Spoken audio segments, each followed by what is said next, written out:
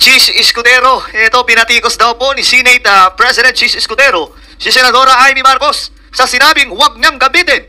Ito, sinabi po ni Chis Escudero, huwag gamitin ang Senado bilang platform ng kanyang sariling political objective. Naku po, mga sangkay, matindi ang sinabi. Ito yun. Ito na yun, mga sangkay. Alam niyo, marami ang nalilito kay Chis Escudero. Maminsan-minsan nakala mo DDS, maminsan-minsan nakala mo pro-BBM.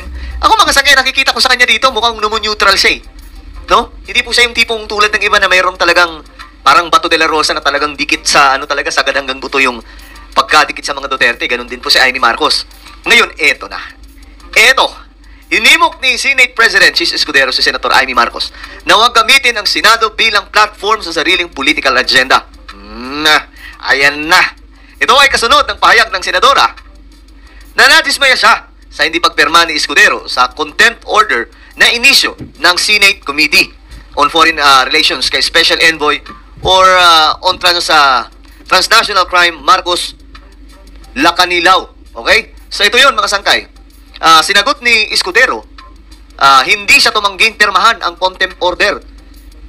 Okay. Hindi siya tumanggi raw. Ito ang sinabi hindi siya. Ito malinaw, mga sangkay. Hindi po yung kay Amy Marcos kasi, sabi niya, kinalulungkot ko, diba, na hindi daw po dismayado daw kasi hindi daw pinirmahan ni Escudero. Pero ang sabi niya, hindi siya tumangging pirmahan ang contempt order. Sabi niya, mga sangkay, after several hours of Ambassadors Lacanilaw's unauthorized detention, I directed his release both as a matter of regularity and out of humanitarian consideration as his grandfather is to be laid to rest today. Okay. Upang sumunod sa due process, sabi dito, nag-issue si Escudero ng show cause order kay Lacanilaw upang magpaliwanag sa loob ng 5 araw kung bakit hindi siya dapat i-contempt. Mga sanggay. Ayan.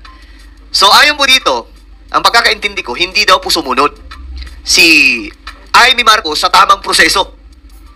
Ngayon, mga sanggay, eto. Sabi niya, I urge Senator Amy Marcos to refrain from using the Senate as a platform for her own personal political objectives. Yari. Mga sangkay, ano to? Medyo mabigat to. Medyo mabigat po yung banat, di ba to? Sabi po niya, I urge Senator Amy Marcos to refrain from using the Senate as a political or as a platform for her own personal political objectives and to instead using her name, title, and influence as a bridge toward unity. Yun, mga sangkay. Gamitin mo yung pangalan mo. Sabi niya, yung titulo mo, impluensya mo, para maging tulay para po sa pagkakaisa. Ayan. Not a wedge for division. Our people and our country expect and deserve no less. Talagang patama po ito ng gusto, mga sangkay, no? Malamang yung mga supporters dito ni Amy Marcos, hindi po talaga matutuwa. Kasi nire-real talk po siya ni Chis Escudero kasi siguro nakikita niya, mga sangkay, na mukhang personalan na po ang nangyayari sa Senate hearing eh. 'Di ba? Yung hearing na nangyayari para po pauwiin daw po si PRRD, mga sangkay, hindi na po ata nagugustuhan ni Chis Escudero. Mukhang may mga nakikita po siya ditong iba eh. 'Di ba? Mga sangkay, iba po yung nakikita niya dito. Mukhang ang tingin niya para daw po ito sa kanyang personal political objectives lamang. Ayan. At gusto po niya, mga sangkay, sumunod si Amy Marcos sa due process. Di ba nga po, mga sangkay, ito po yung hinihimutok po ng iba dyan, na instead daw po natulungan po si PBBM ng kanyang kapatid, nilalaglag pa, mga sangkay. At makikita, kitang-kita nyo naman, mga sangkay, kung paano nilalaglag ni Amy Marcos ang kanyang kapatid, no?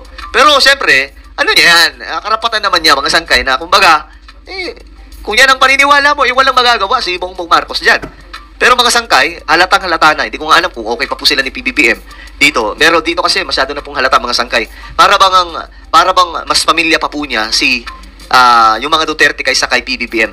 Kung kaya't, mga sangkay, maging si Sara Duterte, nasasabi po niya na lagpas na po sa political yung kanilang pagkakaibigan ni Amy Marcos. Kumbaga kahit walang politics, magtropa na po talaga sila.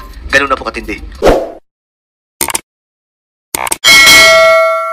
Welcome to Team Sam TV, your channel for the latest news updates. Here, we break down the biggest stories from around the globe, covering everything from breaking news to politics.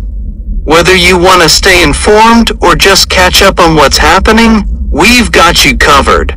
So, don't forget to subscribe and hit that notification bell so you never miss out on the latest news.